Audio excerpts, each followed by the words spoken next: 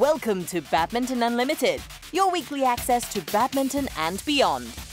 This week, the new king of men's singles, Viktor Axelsen, shares his extraordinary adventure in Glasgow. And we find out how Michael's Badminton Academy is shaping champions for life in Malaysia.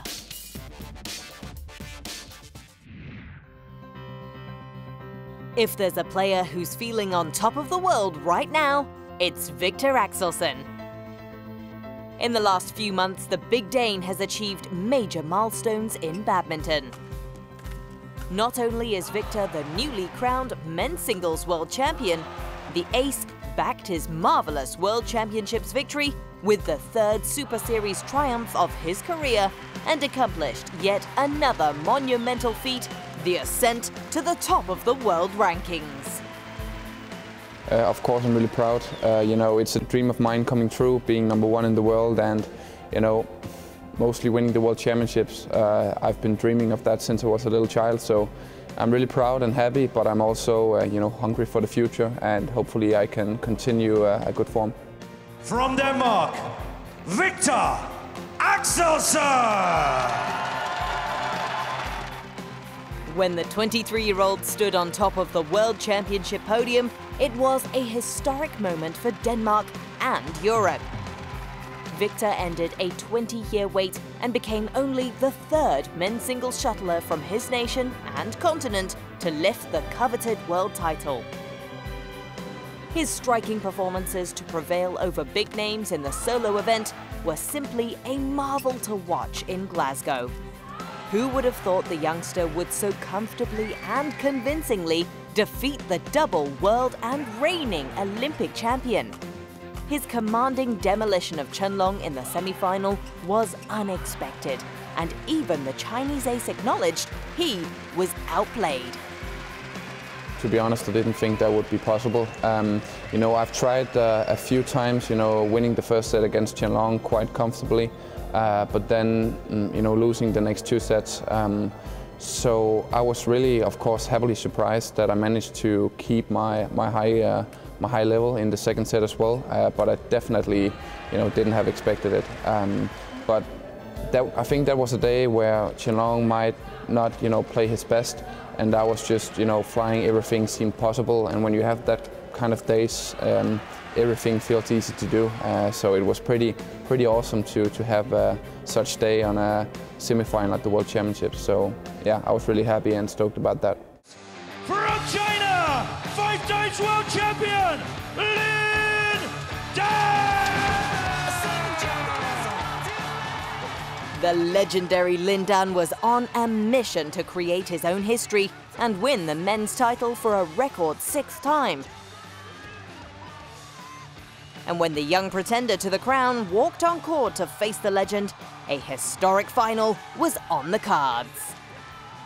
I'm always nervous going into such big matches like that.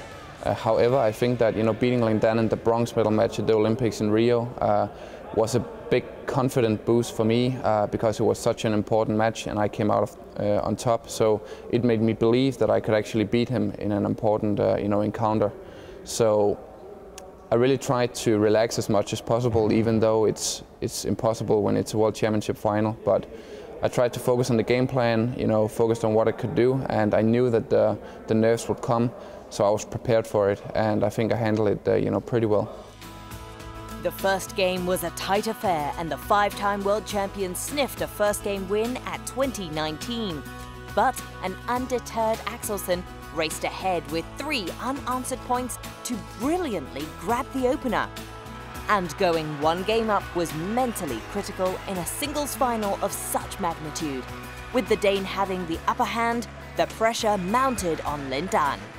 I think it was crucial. A close first game is always really important, and it just made me, maybe relax a little bit, and also it gave me the confidence that I could win a game, so close. So it was definitely crucial, and you never know what would have happened if I lost the first game, but you will never know, and I'm just happy that I managed to win it. It was all Viktor in the second as he masterfully asserted his dominance over the great Chinese player. leading throughout. The moment was coming, and he knew it. Yeah, I was really nervous actually. I think I was leading 16-13 or so. And I was, I turned my body to Kenneth Jonassen and I said, I'm really, really nervous right now because to us it's really important that we have an, open dialogue about, how do I feel, how can I get over this, this kind of nervous feeling and this, stressful mindset. And I think that, having a good dialogue with your coach helps me a lot. He's done it! Viktor Axelsen becomes world champion! I couldn't believe it really. It is, a dream and a goal, which you will practice your whole life to achieve, and then suddenly, it happens to you, and I just try to, stay in the moment and not try to think too much ahead, and it's something that I will remember for the rest of my life, and it was a really, really special achievement, and hopefully I can, do it one more time, but it's just a big dream coming true, and all the hard hours and the many hours you put on, in training on court and stuff like that, it's just worth it when you manage to achieve that. And the freshly crowned King of the World has continued to impress in the higher echelons of the sport. Following his exploits in Scotland, Viktor picked up his third Super Series title at the Daihatsu Yonex Japan Open and soared to the pinnacle of the world rankings. It's nice that I managed to play at a high level on, only 2 weeks after the World Championships. I had 1 week where I almost didn't practice, just, celebrated and spent time with family and friends, and, just mentally and physically, tried to get back into a good rhythm. And then, I was really, really happy to be able to perform again, Sometimes after a big result, you will have, maybe some time where your form goes down a little bit, but I was happy to show why I won the World Championships. Viktor Axelsen has heralded a new era in men's singles, and the new hero has announced his arrival in no uncertain terms. Having achieved so much at such a young age, Axelsen is in line to become one of the Danish greats if he continues to maintain his form. Time to test your badminton knowledge. In this week's trivia, we want to know, how many member associations does the BWF have? We're off to a break, so have a think and we'll reveal the answer when we return.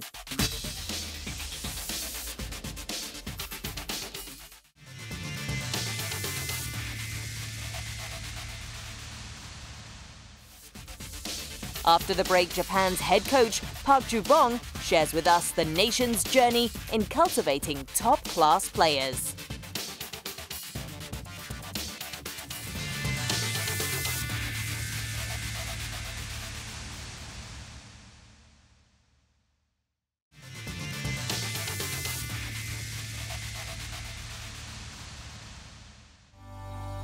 With digital innovations, shuttle time is now more fun, engaging and accessible than ever.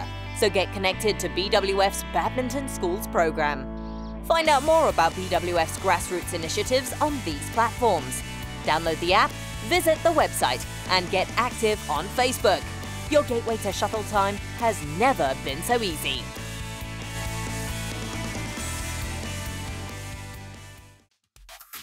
Before the break, we wanted to know, how many member associations does the BWF have? The answer is 188. The BWF has 188 members globally, and the sport's governing body works closely with continental confederations in Africa, Asia, Europe, Oceania, and Pan Am to promote and develop badminton. Asian countries have dominated the sport, with 9 nations currently making up the top 10 in the BWF World Team Rankings. Denmark is the only European country among the top 10 nations. China have for long held the #1 spot, but this year were toppled after Korea's famous victory over the badminton giants at the Total BWF Sudirman Cup 2017.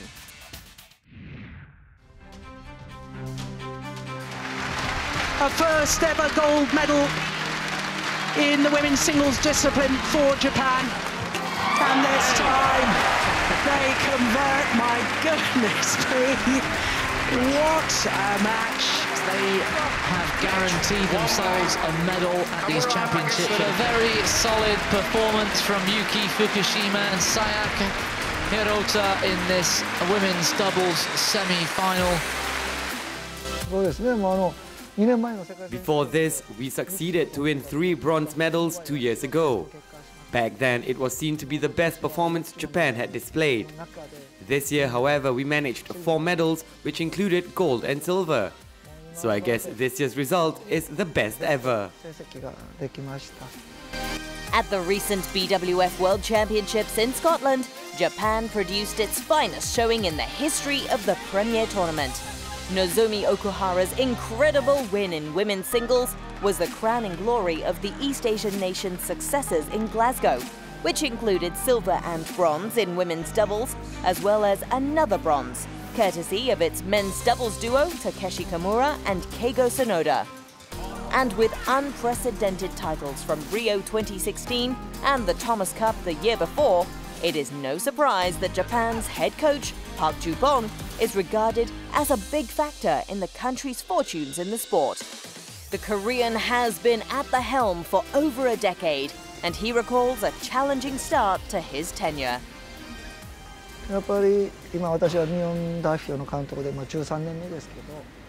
I've been overseeing the national team for the past 13 years. And when I first came to Japan, this national training center didn't exist.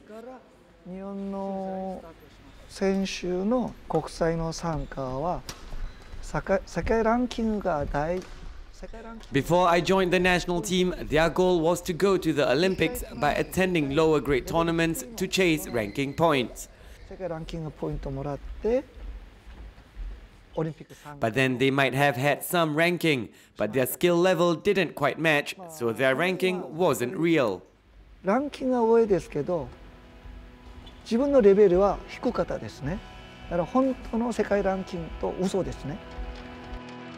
Japan wasn't short of badminton talent, but Park knew the national team setup needed restructuring if it was to harness its potential. On top of his agenda was to improve infrastructure and ignite self-belief in the players.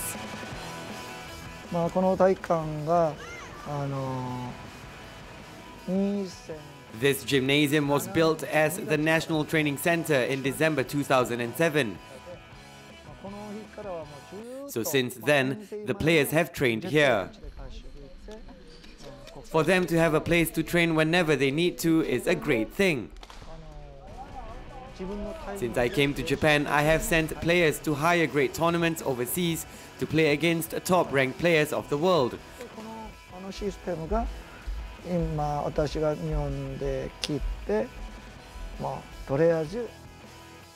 For each player to recognize where he or she stands in the world, and once they understand the gap between themselves and the top players of the world, they know how far they have to go to achieve it.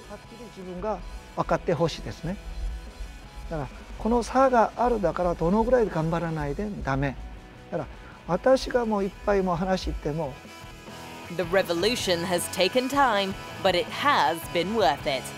Japan's national badminton team now comprises a group of world-class shuttlers hungry to get better all the time. I'm proud and I'm happy that in Japan, players are motivating and influencing each other to go higher and further.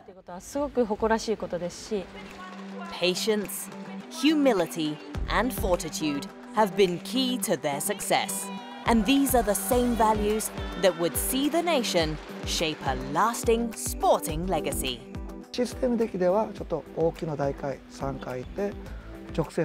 The change I've made is that players go out to the world to play against top players, to see how much harder they need to work to get there, so that now the players understand well and set their goal one step at a time.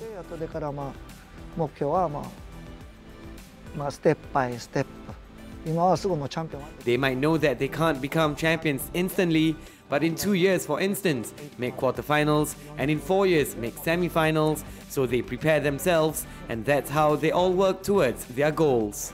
システムでちょっと準備行って、今まで頑張り中ですね。はい。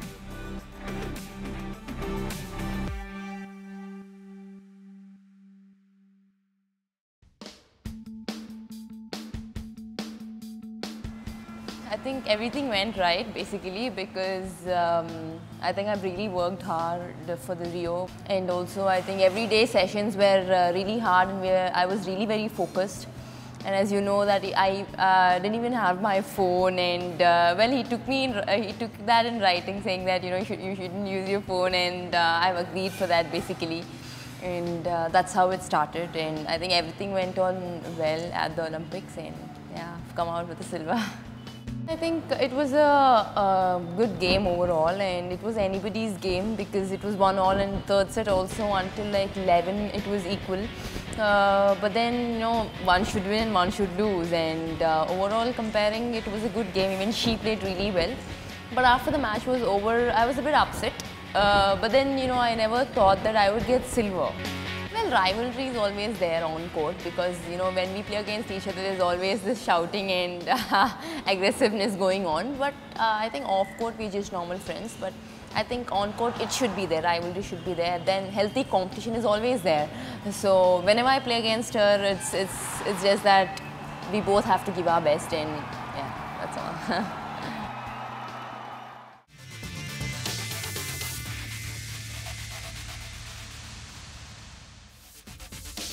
After the break, we catch up with a badminton enthusiast whose passion for the sport has created a legacy for badminton in the community.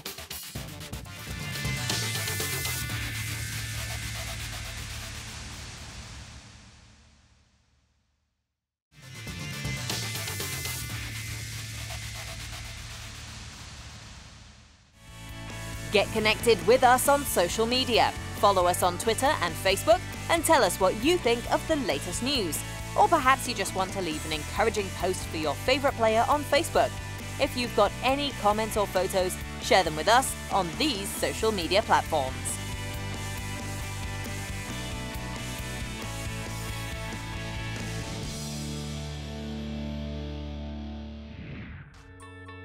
There are only 4 tournaments left in the 12-leg MetLife BWF World Superseries Tour, and only the top 8 singles players and doubles pairs on the Destination Dubai rankings will be invited to contest in the prestigious season-ending tournament, the Dubai World Superseries Finals. Let's take a look at how the women's singles measure up in the Destination Dubai rankings after 8 tournaments. Akane Yamaguchi spearheads the charge. The Japanese rose 2 spots after finishing runner-up in Korea and reaching the last 8 in Japan. Yet to claim her first Super Series crown of 2017, the 20-year-old's consistency was more than enough to snatch the #1 spot.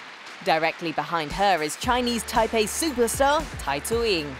The world #1 has been relatively quiet in the scene recently, and despite her early exit in Korea, Tai firmly holds the 2nd spot after a hat-trick of Super Series crowns earlier this year in England, Malaysia and Singapore. For the first time in 23 weeks, China has no players in the top 8.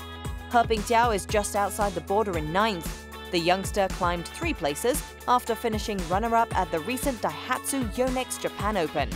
Meanwhile, Japan boasts 3 players in the top 8 with world champion Nozomi Okuhara in 4th and Sayaka Sato in 8th, joining Yamaguchi.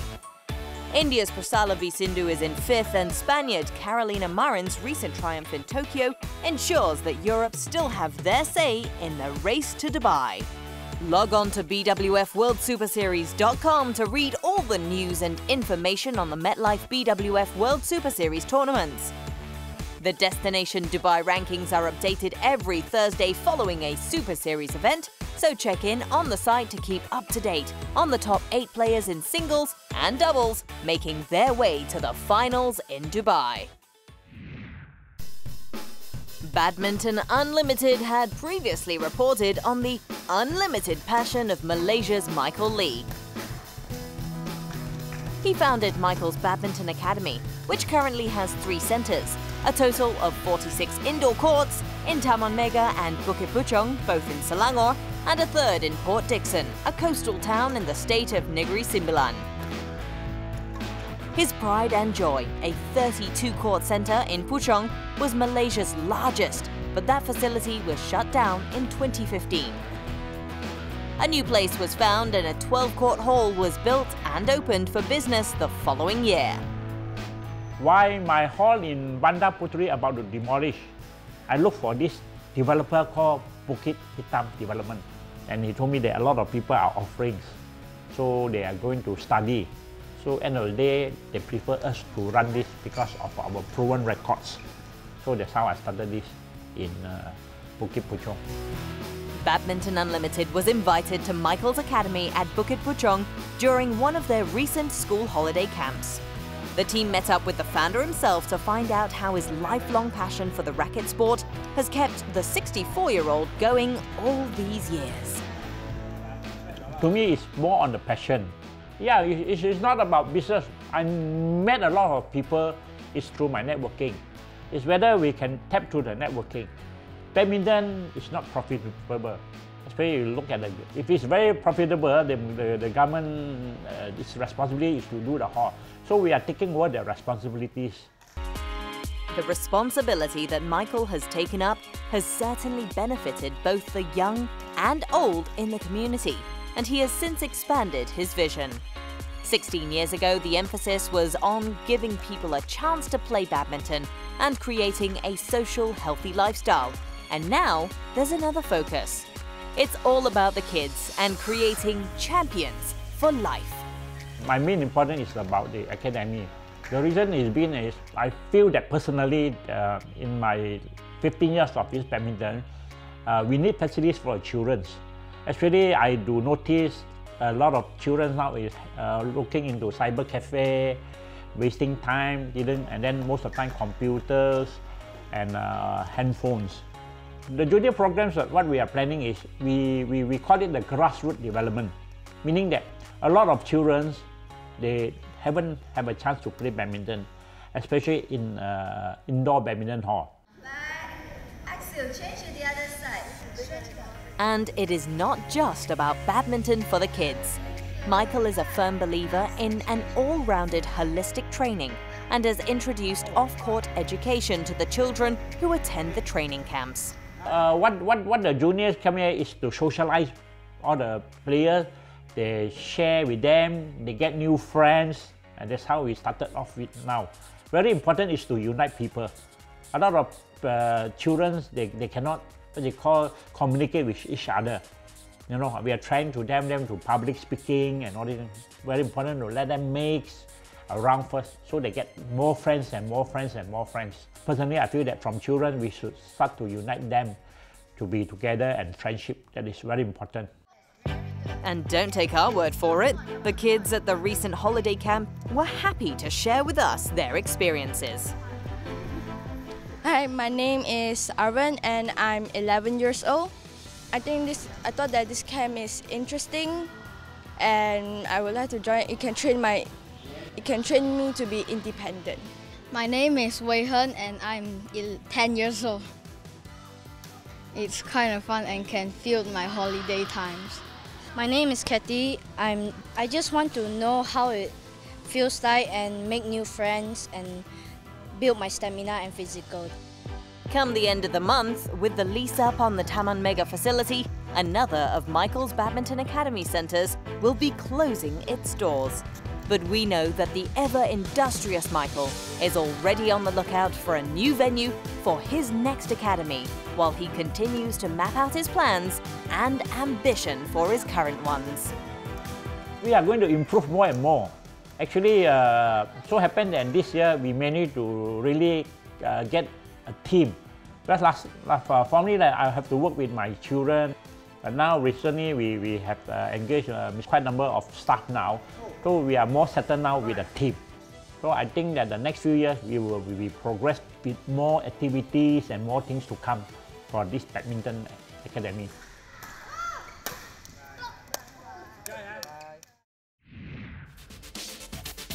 Let's take a look at the tournaments coming up in the next few weeks in our Badminton Unlimited calendar.